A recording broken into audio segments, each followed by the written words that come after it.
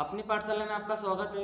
आज हम फिर से क्लास 12 अकाउंट के अंदर पार्ट 1 में चैप्टर नंबर 2 वार्षिक हिसाब के अंदर क्वेश्चन नंबर 12 को करेंगे।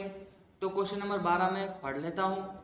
यहाँ लिखा है धारा और मीरा 3:2 के प्रमाण में लाभ हानि बांटने वाले पीढ़ी के साझेदार है। 3:2, ठीक है, 3/5 और 2/5 ये इनका लाभ हानि का अनुपात है। हमें इनकी पीढ़ी का वार्षिक हिसाब तैयार करना है। आज हमको सवाल में कुछ अलग दिया गया है, जैसे हमको उनका व्यापार खाता और लाभ हानि खाता दिया हुआ है, और जब आप पन्ना पलटोगे तो आपको पक्की तलपट दी गई है, ठीक है। अब आपको कुछ नहीं करना है, जैसे आप रोज की तरह बाकियां देखते हो वैसे आपको बाकियां देखनी है और खातों में लिखनी है, ठीक है। समायोजन में कुछ लिखा है कि वार्षिक हिसाब तैयार करने के बाद मालूम पड़ा कि सबसे पहले लिखा है पूंजी पर ब्याज गिनना बाकी रह गया है, तो आप पूंजी पे टिक कर लेंगे। मकान पर 10% की दर से घिसाई गिननी है, तो मकान पर टिक कर लेंगे। वेतन 400 पूर्वदत्त है, पूर्वदत्त का मतलब है हमने अधिक दे दिया है, ठीक है, तो वेतन पे आप टिक कर लोगे। विनियोग पर 800 ब्याज मिलना बाकी है, तो विनियोग पर टिक कर लेंगे। डूबत ऋण अनामत 1200 रखना है, डूबत ऋण हम किस पर देते हैं? देनदारों पर, तो देनदारों पर टिक कर लेंगे। और लास्ट उधार खरीदी 1600 लिखनी बाकी है। अगर खरीदी लिखनी बाकी है तो खरीदी पे टिक कर लेंगे। अगर खरीदी पे टिक करेंगे तो किस पे टिक करेंगे? व्यापारी लेनदार पर टिक कर लेंगे, ठीक है। लास्ट लाइन में लिखा है सुधारा हुआ व्यापार खाता, लाभ हानि खाता, लाभ हानि वितरण खाता और पक्की तलपट तैयार कीजिए। यानी हमको जो सवाल में व्यापार खाता दिया है और लाभ हानि खाता दिया, वो गलत व्यापार खाता और लाभ हानि खाता, ठीक है। हमको सुधार कर क्या बनाना है? लाभ हानि खाता और व्यापार खाता बनाना है, ठीक है। तो यहाँ पर जो लाभ हानि खाते और व्यापार खाते में जो शुद्ध लाभ दिया है वो हमको लेना नहीं है, क्योंकि वो हमको गलत दिया गया है, ठीक है। इसलिए तो हमको कह रहा है कि सुधार के हमको लाभ हानि खाता और व्यापार खाता बनाना है। तो यहाँ पर जो शुद्ध लाभ दिया है वो हमको लेना नहीं है, ठीक है। तो आप उसको क्या करोगे? काट दोगे, ठीक है। अब हम क्या करेंगे? 1 बाय 1 बाकियों को पढ़ेंगे और खातों में रखेंगे, ठीक है। सबसे पहले हम ले लेते हैं व्यापार खाता और लाभ हानि खाते में जो बाकी दिए उससे। तो जमा पक्ष में सबसे पहले लिखा है बिक्री। बिक्री हम कहाँ लिखते हैं? व्यापार खाते जमा पक्ष में, तो यहाँ लिखा मैंने बिक्री 7,84,000। नेक्स्ट लिखा है यहाँ पे फुटकर आय। आय का मतलब होता है हमारा लाभ। कहाँ लिखेंगे? लाभ हानि खाते जमा पक्ष में लिखेंगे, तो मैंने लिखा फुटकर आय 7,000। आगे लिखा है डूबत ऋण वापसी। डूबत ऋण वापसी का मतलब है कि डूबा हुआ पैसा वापस मिल गया, वो भी हमारा लाभ ही है, तो यहाँ हमने लिखा डूबत ऋण वापसी 1,000, ठीक है। अब उधार पक्ष में आएंगे। सबसे पहले यहाँ पे लिखा है बेचे माल की लागत। बेचे माल की लागत को हम खरीदी कहते हैं, ठीक है। तो यहाँ मैंने लिखा खरीदी 4,64,000। समायोजन इसलिए रकम अंदर लिखी, ठीक है। नेक्स्ट यहाँ पे लिखा है ऑफिस खर्च। खर्च हम कहाँ लिखते हैं? लाभ हानि खाते उधार पक्ष में, तो यहाँ हमने लिखा ऑफिस खर्च 80,000, ठीक है। नेक्स्ट यहाँ पे लिखा है शोरूम का भाड़ा, ये भी हमारा खर्च है, शोरूम का भाड़ा 10,000। आगे लिखा है पैकिंग खर्च, ये भी यही लिखेंगे, पैकिंग खर्च 12,000। आगे लिखा है डूबत ऋण, तो डूबत ऋण भी मैंने यही लिखा, डूबत ऋण सकल तलपट 8,000। अब ये हमने यहाँ पे बड़ा कोष्ठक इसलिए नहीं बनाया क्योंकि ज्यादा समायोजन डूबत ऋण की नहीं है, ठीक है। आगे लिखा है विज्ञापन खर्च, ये भी हम यही लिखेंगे, विज्ञापन खर्च 14,000। बिक्री वितरण खर्च, ये भी यही लिखेंगे, बिक्री वितरण खर्च 20,000। वित्तीय खर्च, ये भी यही लिखेंगे, वित्तीय खर्च 6,000। फुटकर खर्च, वो भी यही लिखेंगे, फुटकर खर्च 16,000। आगे लिखा है वेतन। वेतन भी हमारा खर्च है, यही लिखेंगे, वेतन 8,000। समायोजन इसलिए रकम अंदर लिखी हमने, ठीक है। आगे लिखा है कर और बीमा, ये भी हमारा खर्च है, उधार पक्ष में लिखेंगे, ठीक है, कर और बीमा 2,000। इस प्रकार हमने सभी बाकियों को रखा। अब हम पक्की तलपट को देखते हैं।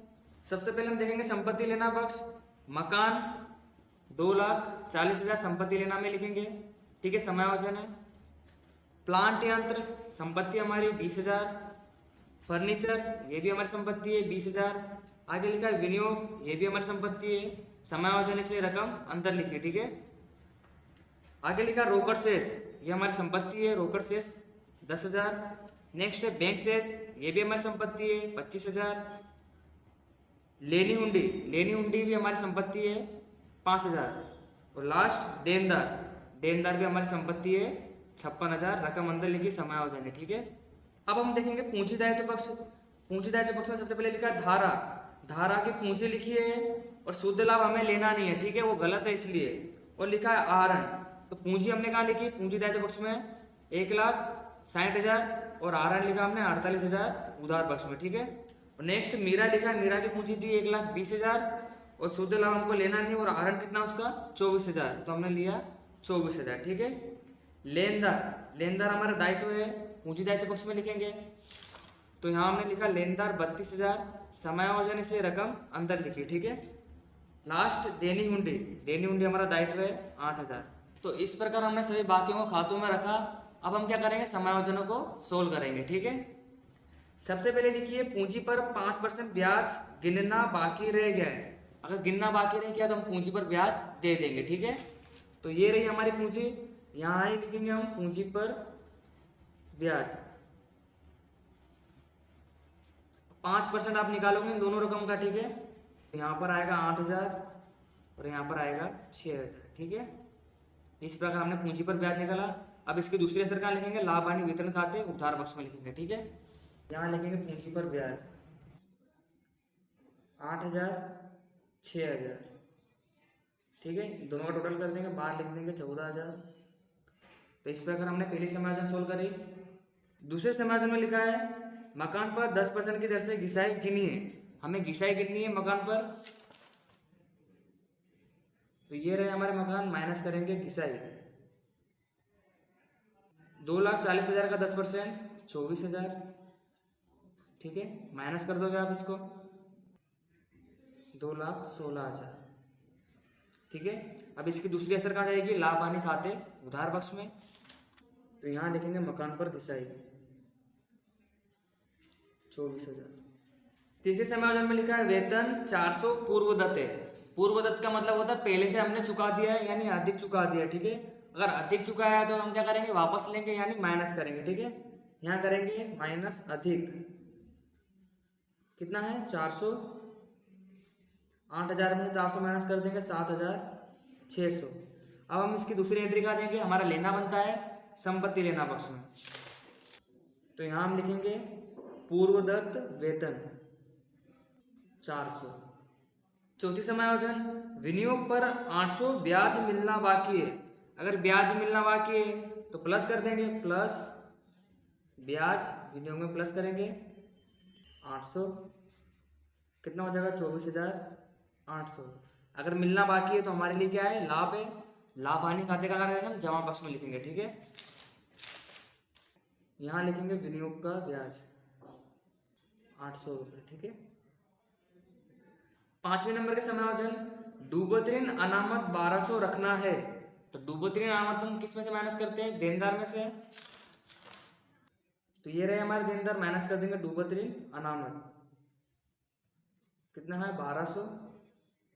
56,000 में से 1200 माइनस कर देंगे 54,800, ठीक है। अब इसकी दूसरी एंट्री क्या देंगे हम, लाभ हानि खाते उधार पक्ष में। तो यहाँ लिखेंगे प्लस डूबत ऋण अनामत समायोजन, ठीक है। आपको पता है ये प्लस होती है 1200, ठीक है। दोनों को प्लस कर देंगे 9,200, ठीक है। आगे के समायोजन उधार खरीदी 1600 लिखनी बाकी है। अगर खरीदी लिखनी बाकी है तो हम खरीदी लिख देंगे, अगर खरीदी लिखनी बाकी है तो हम कहाँ प्लस करेंगे, खरीदी के अंदर प्लस करेंगे, ठीक है। तो ये रही हमारी खरीदी, यहाँ लिखेंगे नहीं लिखी खरीदी 1600, प्लस कर देंगे इसको 4,65,600, ठीक है। अब इसकी दूसरी एंट्री कहाँ देंगे हम, लेनदार के अंदर करेंगे हम प्लस, ठीक है। तो यहाँ लिखेंगे नहीं लिखी खरीदी 1600, इसको भी प्लस कर देंगे 33,600। तो इस प्रकार हमने सभी समायोजन को सोल्व कर दिया है और सवाल में हमको गुप्त समायोजन कहीं नहीं दी गई है, ठीक है। तो अब हम क्या करेंगे, खातों को बंद कर देंगे। सबसे पहले व्यापार खाता बंद करेंगे। व्यापार खाते का जमा बचकर टोटल ही ज़्यादा आ रहा है, दोनों तरफ लिखेंगे और इसमें से इसको माइनस करेंगे, ठीक है। तो आपके पास सकल लाभ आएगा 3,18,400। ये कहाँ पे निकला है, उधार पक्ष में। तो लाभ हानि खाते में हम कहाँ लिखेंगे, जमा पक्ष में लिखेंगे, ठीक है। तो हमने यहाँ लिखा सकल लाभ 3,18,400। अब यहाँ पे जमा पक्ष का टोटल ही ज़्यादा है, दोनों तरफ लिखेंगे। अब इसमें से सभी बाकियों को माइनस करोगे तब आपके पास आएगा शुद्ध लाभ ये कहाँ निकला है? उधार पक्ष में। तो लाभ हानि वितरण खाते में हम कहाँ लिखेंगे? जमा पक्ष में लिखेंगे। तो यहाँ हमने लिखा शुद्ध लाभ 1,26,400, उसी को हम यहाँ लिखेंगे दोनों तरफ, ठीक है। अब इसके अंदर से हम 14,000 माइनस करेंगे तब आपके पास आता है वितरण पात्र लाभ 1,12,400, ठीक है। धरा और मीरा को बांट देंगे 3:2 में, ठीक है, इस अनुपात में बांट देंगे। अब ये कहाँ पे निकला है? उधार पक्ष में। तो पूंजी खाते हम कहाँ लिखेंगे? जमा पक्ष में लिखेंगे, ठीक है। तो यहाँ हमने लिखा वितरण पात्र लाभ। अब आप क्या करोगे? पूंजी खाता बंद करोगे, पूंजी खाते का जमा पक्ष का टोटल ही ज्यादा है, दोनों तरफ लिखोगे, ठीक है। अब इसमें से इसको माइनस करोगे तो आपको ये मिलेगा, और इसमें से आप ये माइनस करोगे तो आपको ये मिलेगा, ठीक है। अब हमारे ये शेष को हम कहाँ ले जाते हैं? पूंजी दायित्व पक्ष में ले जाएंगे, ठीक है। तो यहाँ हमने लिखा पूंजी खाता धरा और मीरा का, ठीक है, टोटल करके रकम बाहर लिखी। अब आपको पता है पक्की तल पक्के टोटल कैसा आता है? समान आता है। तो यहाँ हमने लिखा 3,76,000 और 3,76,000, ठीक है। तो इस प्रकार हमने क्वेश्चन नंबर 12 को हल करा। तो उम्मीद करता हूँ आपको ये सवाल भी समझ में आया होगा, ठीक है। तो आज के लिए बस इतना ही, मिलते हैं नेक्स्ट वीडियो में। Thank you.